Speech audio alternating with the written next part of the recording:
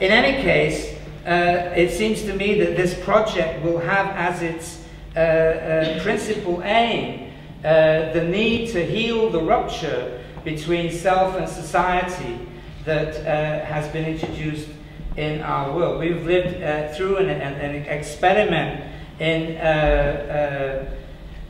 impersonal society in the 20th century, where states and capitalist markets and science have depersonalized human engagement with the world in which they live. And it is quite important, it seems to me, for us to find ways of re-establishing meaningful connection between life as we each of us live it and the world in its enormous scope. And I believe that what this requires us to do is to scale the world down and scale the self up so that they can make some kind of meaningful connection. I think we do this in a number of ways. For example, when we read novels or watch movies, the film or the book reduces history to some conventional and manageable form and scale, and we enter it subjectively on our own terms. There are many other examples. I particularly draw inspiration from Gandhi's attempt to develop a personal politics along these lines.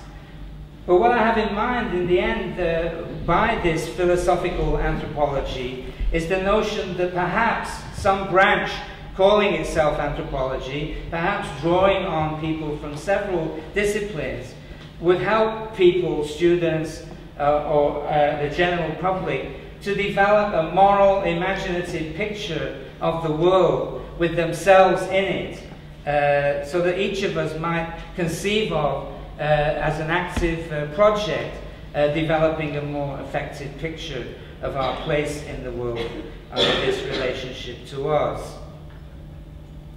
So if we look at what anthropology has been in the last 3 centuries, in the 18th century it was humanist philosophy.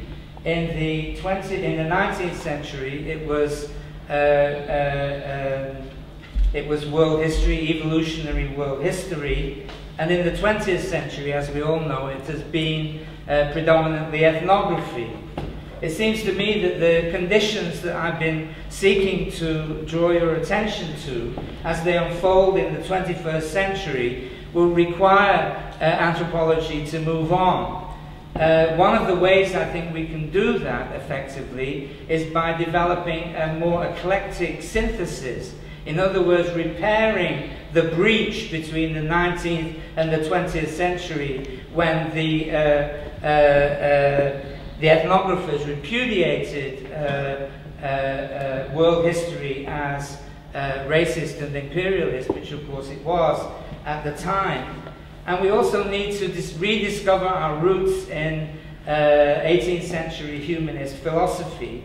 And perhaps then we would be in a position to study world society in ways that are meaningful to our students and to people out there who might want to be interested in our work.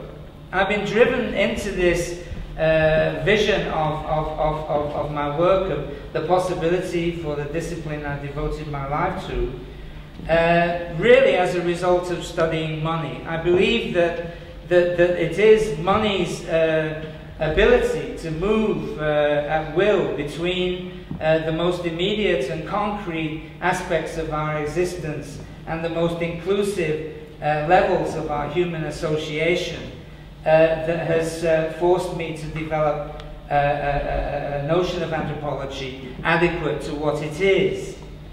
And I will conclude by arguing that money is not antisocial but social. It's also, of course, individual. It is global as well as local. It's virtual as well as real. I suppose of all my predecessors, the one that has been most inspiring to this vision is Georg Simmel, who wrote a book 100 years ago on the philosophy of money. He argued there that money is the embodiment of our potential to make universal society. And I believe that anthropology's object is the study of humanity. Humanity is a collective noun, it's a moral quality, and it's a historical project. I would like the work of anthropology to contribute to that project.